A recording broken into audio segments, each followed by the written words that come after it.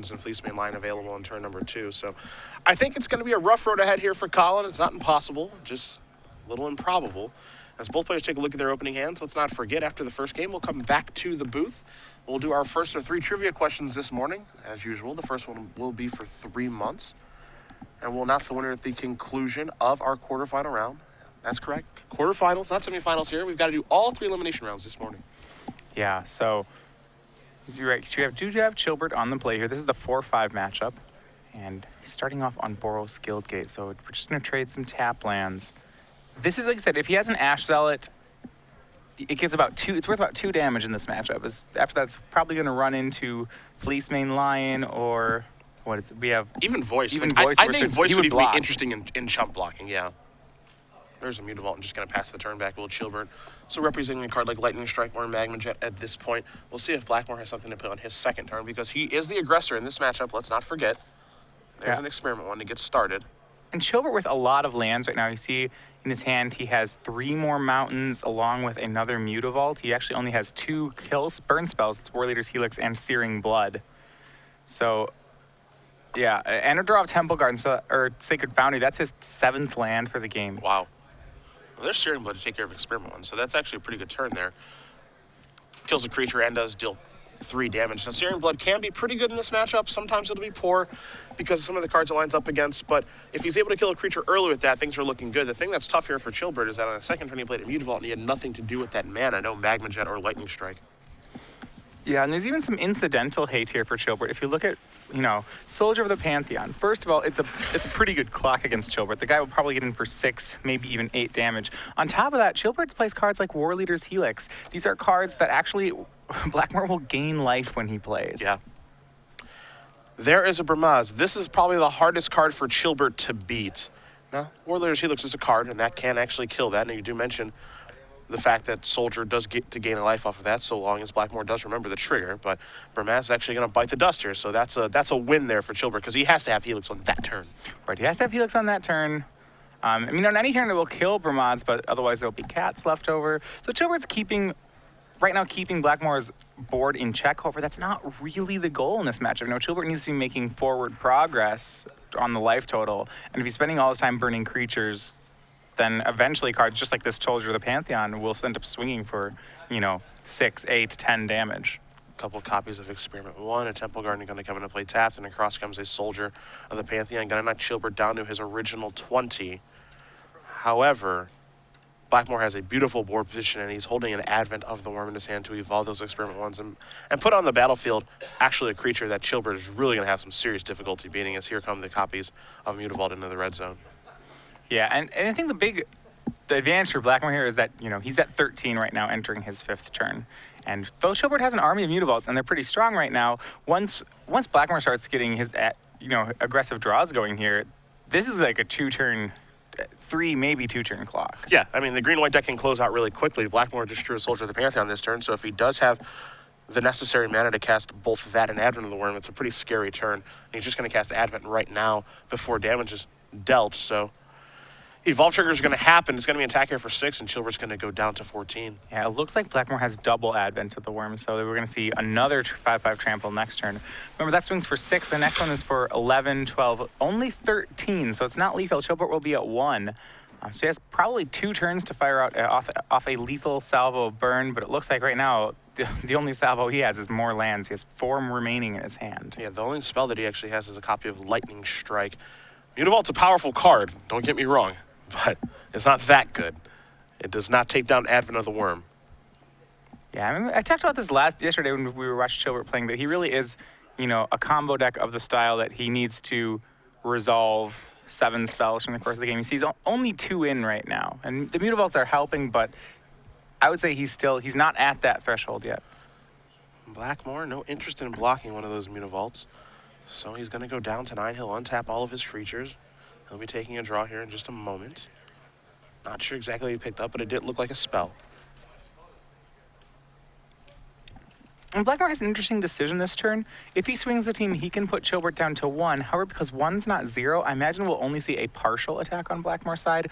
As long as the attack next turn is lethal, you don't need to make it more lethal. You'd rather keep back some number of creatures on defense. It'll be interesting to see how many creatures he decides to push here. And he is going to go with everybody. So I'm kind of in the camp of view where this isn't exactly a lethal attack no matter what he does, because Advent of the Worm's going to come down here. And Double Evolve's going to take place, so you've got 5, 6, 7, 8, 9, 10, 11, 12, 13. 13 isn't 14. And I don't think this is going to come back to actually hurt Blackmor, but... Yeah, you may want a second defender here. You know, the attack next turn will still be lethal, even if you leave another guy back. It was going to be a 2-turn scenario either way. Lightning Strike's going to go upstairs here. Blackmor's going to go down to 6. You see Chilbert is at 1. Yeah, I mean, right now... If Chilbert draws a Boros Charm, he wins. Right. You're giving Chilbert more outs. Yeah. Ash Zealot was actually the draw, because what he could have done there is fire up 2 Mutavaults.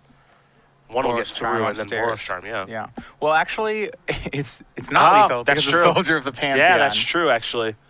So long as Blackmor actually remembered the trigger, it would not be lethal. Lightning Strike would be lethal. There you go. No, not even Lightning Strike, because he goes from 6 to 4. Oh, you're absolutely right. He'd be at 1. It'd have to be Boros Charm, and Blackmor would have to forget the trigger. All right, how about Shock? Shock would do it. Shock would do it. Shock would do it. So we see here where there's 1 man up, Blackmor's going to go down to 2. And if Chilbert has that Shock, he will have stolen a game 1.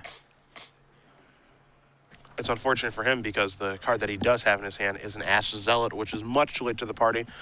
And so after the attack, Blackmor does block with the Advent of the Worm, and Colin Chilbert will concede the game. So Jason Blackmor is going to win game number 1 here. Green-white aggro up a game over red-white burn. We're going to take a look at the sideboards in just a moment, but we're going to bring it back to the booth first because we have our first of 3 trivia giveaways here. It's going to be for 3 months.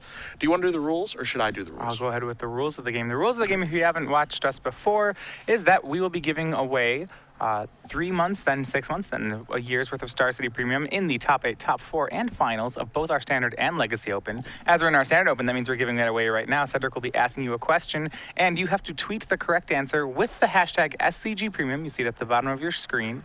You have until the end of the entire top 8 to tweet your answer, but after the last top 8 match is concluded, we will randomly pick one of the correct answers, and that player will win 3 months of Star City Games Premium. Remember, though, you do need to be following at SCG Live to be eligible to win. All right, my friends, first question this morning. We'll take a look at Jason Blackmor's deck list as he is up a game here. He's got a couple of spells to go along with all of these creatures and way to pump them up. The one I'm looking for in particular is the one that actually protects creatures from dying. It's a 3 of in his main deck, and if you can actually name this 1 mana instant that can protect a creature from dying, hashtag your answer with the hashtag of SCG Premium, and make sure you're following at SCG Live. We'll announce the winner again at the conclusion of our quarterfinal round, and it's about accuracy, not speed. So it's not a big rush because the winner will be announced a little further down the road, even though we do have an aggressive top 8 here. So it might not take as long as it normally does, as there's only 1 Esper deck. Sorry, buddy. Only 1. There only needs to be 1 deck to win a tournament. That's true. That's true. We're going to head back to the match. We'll take a look at the sideboards here. We're going to start with Colin Chilbert's. He's on your right. He's got 4 Fire Drain Crusaders, 3 Vishnu First Blades, 2 Blind Obedience, 2 Chain of the Rocks, 4 Satyr Fire Dancers. What do you like there? Well, as we saw before against the aggro decks, Satyr Fire Dancer is pretty important to this matchup. We saw there Blackmor was able to get creatures on the board very fast so that Chilbert had to be burning creatures the whole time. You know, if, say, for example, Chilbert was able to fire that War Leader's Helix at Blackmor to take out the Burmaz, that would have been enough damage to win the game. So Chilbert will be using the 4 Satyr Fire Dancers. On top of that, I'd imagine we see cards like Chain to the Rocks. It's really good against removing creatures, and there are some creatures like Burmaz that simply demand a removal spell when Jason plays them. Yeah, I mean, Satyr Fire Dancer seems like the most important card. And it's impossible for Blackmor to actually get off of the table, so I imagine Chilbert will be... There's even a chance he mulligans aggressively to try to find that card. As on Blackmor's side, he has 2 Mistcutter Hydras, 2 Skylashers, 3 copies of Unflinching Courage, yikes, 2 Last Breath, 2 Plummet, Reborn Defenses, 2 copies of Unravel the Aether, and a Glare of Heresy. Unflinching Courage is pretty obvious. The one that I actually kind of like here, though, is Last Breath, because 1, it gets the opportunity to kill any of the creatures in Chilbert's deck, and 2, while it might not come up a ton, you can target your own creature and gain 4 life. Right, and so Last Breath has some utility, and I think the question really is how many cards does Blackmor have that he doesn't like in the matchup? Certainly, I'd say the cards like Spear of Heliod, Ajani Caller of the Pride will probably not be very many damage in this matchup, and I could see him wanting just a cheaper spell or a spell with more utility. I think Unflinching Courage will certainly be boarded in, but I wouldn't be surprised to see something like Last Breath or even Skylasher be boarded in just because it's cheaper.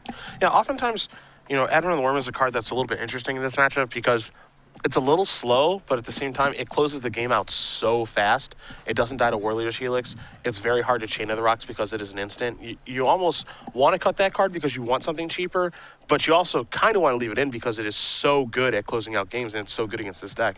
Yeah, it's the kind of card that you really wouldn't mind having one of. The second one is probably not too relevant. I mean, we just did see him win with 2 of them. Yeah. But I do think his attack was probably lethal without the second one as well. Yeah, I don't think he needed the second one to win a game. I think the first one really does change the game dramatically. You know, evolving experiment ones and just attacking for 5 against burn is a lot of damage. Again, can't kill with a War Leader's Helix. It's going to take 2 spells to kill that. Chain of the Rocks isn't going to catch it right away, so it's probably going to get in for 5 points every single time. Just a really good card in the matchup. It is just a touch slow. You know, for example, if there was Elvish Mystic here, I would love Advent of the Worm.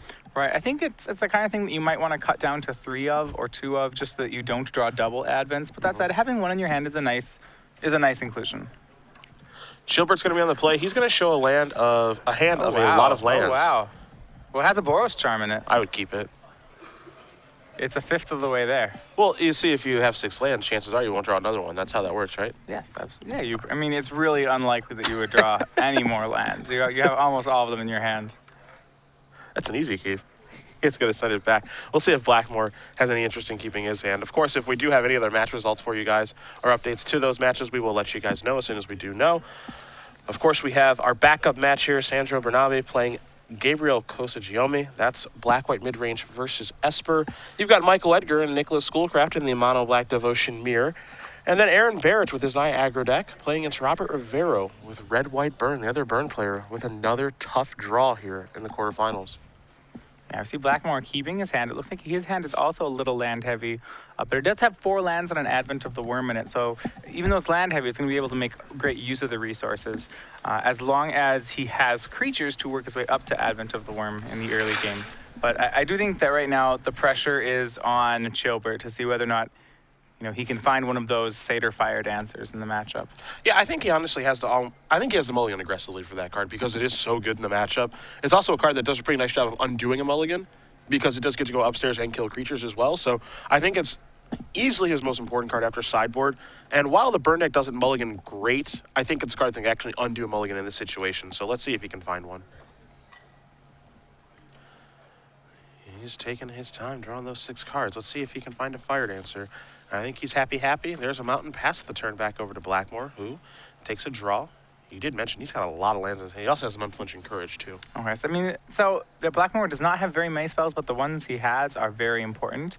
That said, Chilbert has some of the more important cards of his own as we see a turn 2 Satyr Fire Dancer for him. Again, I feel like easily the most important card in the matchup for him after sideboard. I'm sure if he knew he was playing against green-white a lot over the course of the day, he would have started that card in place of Astel. As it stands, he does draw 1. He's actually able to attack with 1. A little risky, just a touch, because Selesnya Charm does exist, but chances are he does have an instant to actually cast to kill the Selesnya Charm token. Yeah, and there was a chance here that, I was going to say, Blackmor kept being very aggressive with his keep.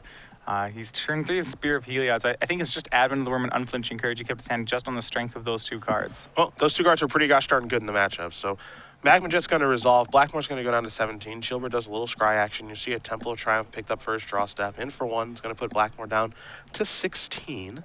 Yeah, no, there's some interesting things. Blackmor on that turn 3 looks like he drew a Fleece main line, but he opted to play Spear first. Now, normally you'd want to play a creature first, even though it's not as mana efficient. But I want to say what he's doing here is he's trying to play around that Satyr Fire Dancer by preemptively making his creatures too big to burn out. Yeah, and I like that a lot. This play here, he's going to play Fleeceman and probably Voice in the same turn. I like this a little bit less. I like sticking with the Advent of the Worm plan and then just suiting it up the next turn. Yeah, certainly when you have 2 Spear of Heliod, you get rewarded for playing 2 creatures. And you see there Magma Jet in Chilbert's hand, stranded thanks to Spear of Heliod. Another thing too, I guess Voice is a little bit frustrating just because Chilbert can't fire stuff off on Blackmor's turn to kill it, so he's not going to be as efficient as he would like to be. He actually has to untap, take a draw, and go from there.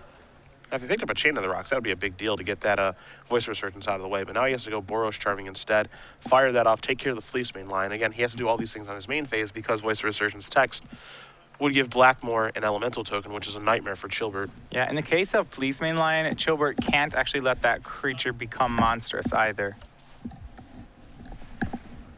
So, you know, firing up Burrow Charm really at that last opportunity because as soon as Blackmor hits land number 5, Fleeceman will become unkillable. Yep, he has to kill it now. Chilbert waiting pretty patiently here. Voice being a 3/3 right now is actually pretty important too, because now he doesn't have to worry about shock. And so the one thing he can do is he can actually just say, all right, I've got an Unflinching Courage, just picked up another copy of that into the Worm. And he says, I can actually just suit this up and go to work if I'd like. It'll be a 5/5/2, which is a sweet spot here for the burn spells. All right, so we see land 5 there.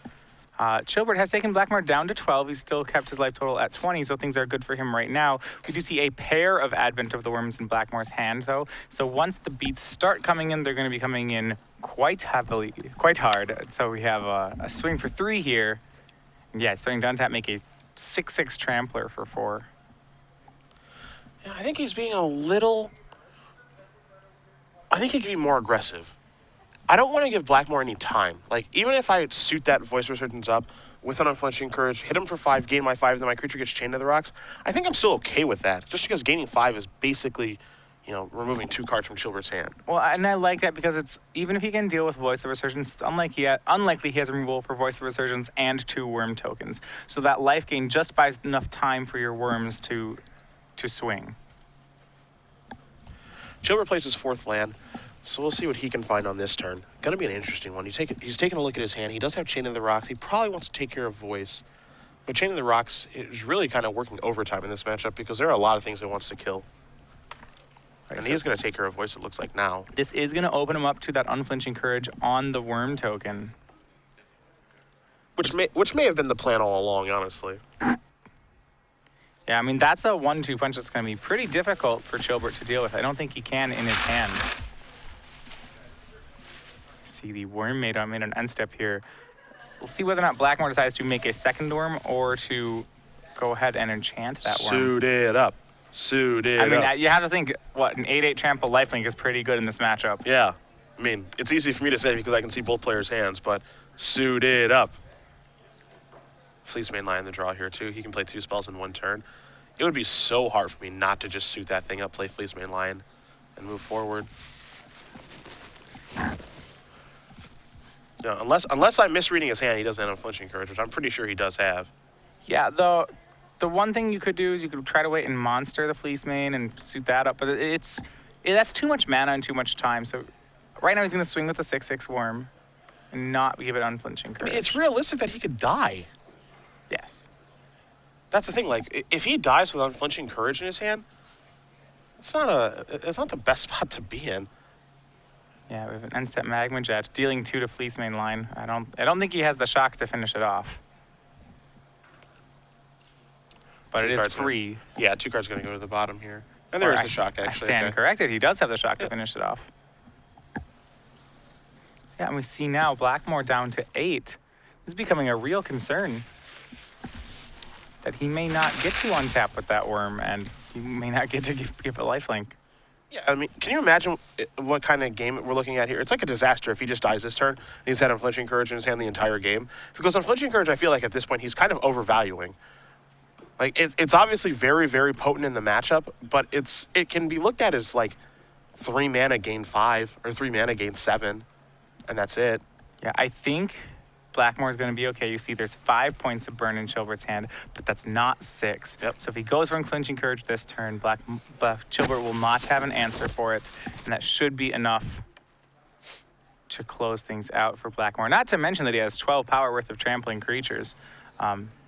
So with that, Chilbert actually is dead on the board. He's dead to turn both creatures sideways, well, now even before Unflinching Courage. Yeah, he's going to drop Unflinching Courage now. Chilbert's going to take a look at his hand. That's a Magma Jet. He says deal damage over to that. That's fine. So that's 2 of the necessary 6. And that's an extension of the hand. Jason Blackmor with green-white aggro and a very favorable pairing for him in the top 8. Defeats Colin Chilbert, excuse me. 2 games to 0. I know you love Colin for his ability to play high tide. And we'll get to see that later today. We'll see that later today. Still